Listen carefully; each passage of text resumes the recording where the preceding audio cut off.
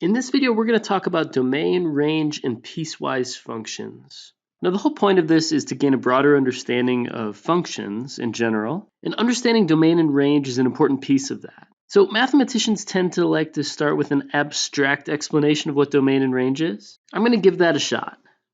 I tend to think of a function as some kind of strange machine.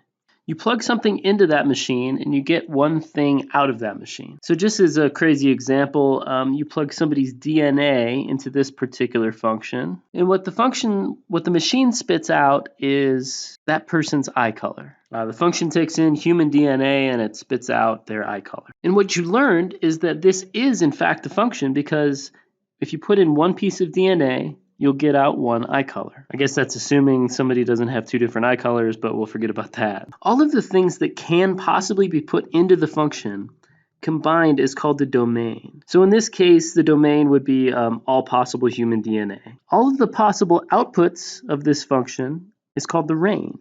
So in this case, that would be, say, brown, blue, green, hazel, and whatever other eye colors you can come up with. Of course, in math, we don't talk much about DNA or eye color. We deal with numbers, and we often like to call our function just f.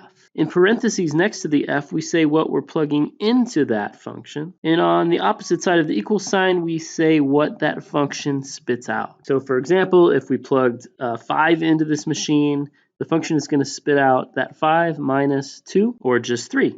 And whatever number we plug into this function, the function is going to churn and it's going to spit out a number that's 2 less than what we just plugged in. So you might ask yourself, what is the domain of this function? And the domain is all possible numbers that we could plug into this thing. So it's all numbers, all real numbers, as we say. If we drew a number line, our domain would be made up of the entire number line, the whole thing, from negative infinity all the way to positive infinity. And the way that we denote this mathematically is typically with what we call interval notation, where we write down the smallest number in the interval on the left side, the largest number in the interval on the right side. And I'm going to put this interval in parentheses in this case. We'll talk more about that in a minute.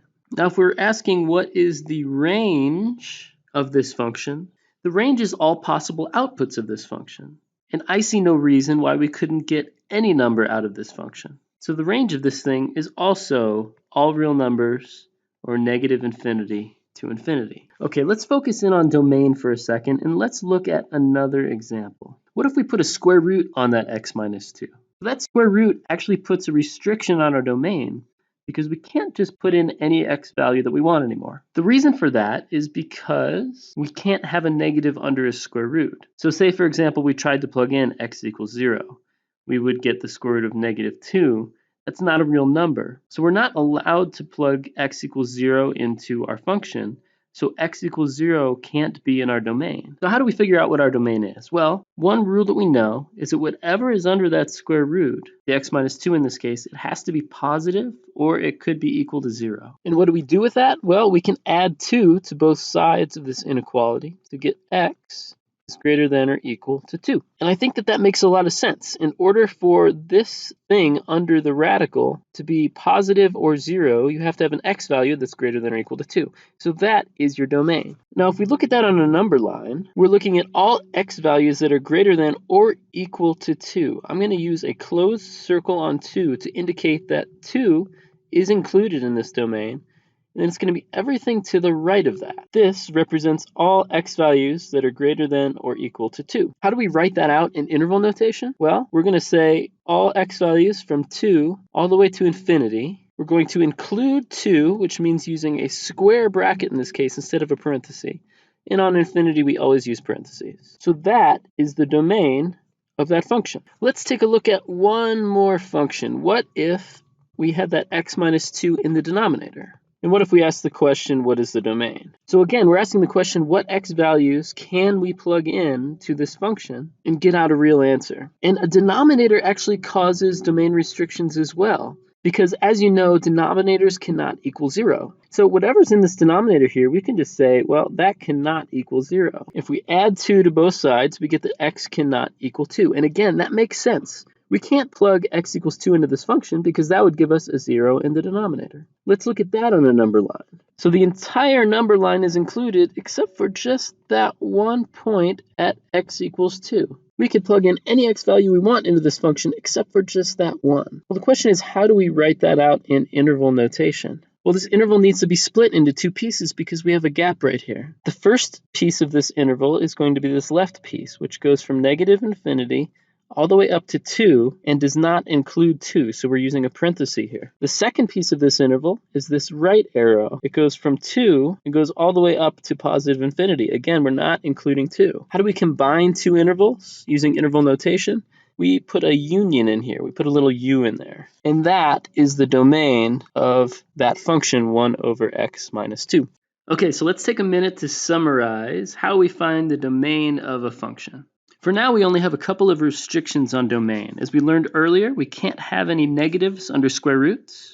And if you have any even roots, the same is true. You can't have any negative numbers under those. So you take whatever is under that even root, you say that has to be greater than or equal to 0, and you solve for your variable. The other restriction that we found was that we can't have any zeros in our denominators. So if we have some function with a denominator in it, we write down whatever that denominator is, we say that can't be equal to 0, and we solve for the variable. And now these are just restrictions on domain. So if we don't have any even roots and we don't have any denominators in our function, then there are no restrictions on what we can plug into that function, and our domain is just negative infinity to infinity, or all real numbers.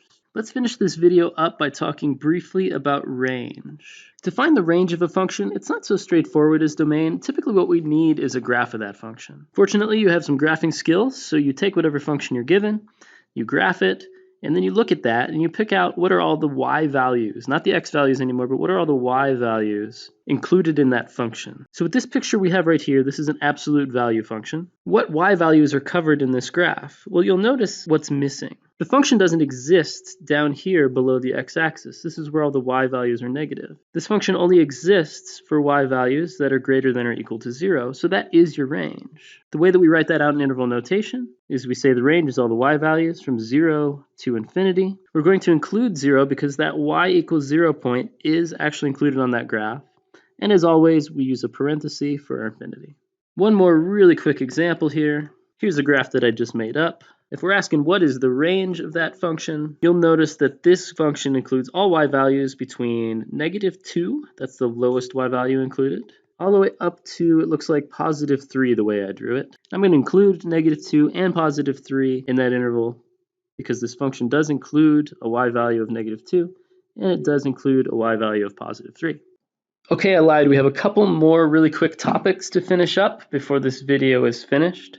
One, I want to throw out there some syntax that you're going to need for entering answers into webwork. In this section, you're using a lot of intervals and a lot of infinities. So if you want to type infinity into webwork, you just can type out the word infinity, or you can use INF. For negative infinity, you just put a negative or a dash in front of infinity, or INF. So as an example, if you want to enter this interval from negative infinity to 2, unioned with this interval including 3 to infinity, you're going to type almost exactly that.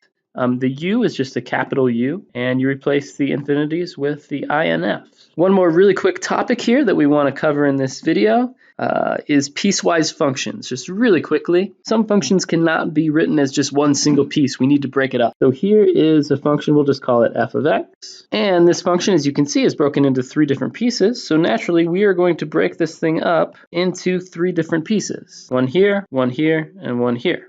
So the first part of this function, the value of the function you'll notice that I just made up here is 2. The second part of the function, the value is -3. And the third part of this function here, the value is -2. When I say the value, I'm talking about the y value, of course. Now we need to communicate where, for what x values, this function is valued at 2. You'll notice from the graph that this function's value is 2 only when x is -1 or less. So what we're going to write over here is that this function value is 2 for the x values that are less than or equal to -1. You'll notice next that this function has a value of -3 for x values between -1, not including -1, all the way up to +3. So the way that we typically write that in a piecewise function is like this. And last, you'll notice that the function value, the y value here, is -2, only when its x values are greater than 3. And we write that just like this. Okay, that gives you a quick head start. I hope it helps.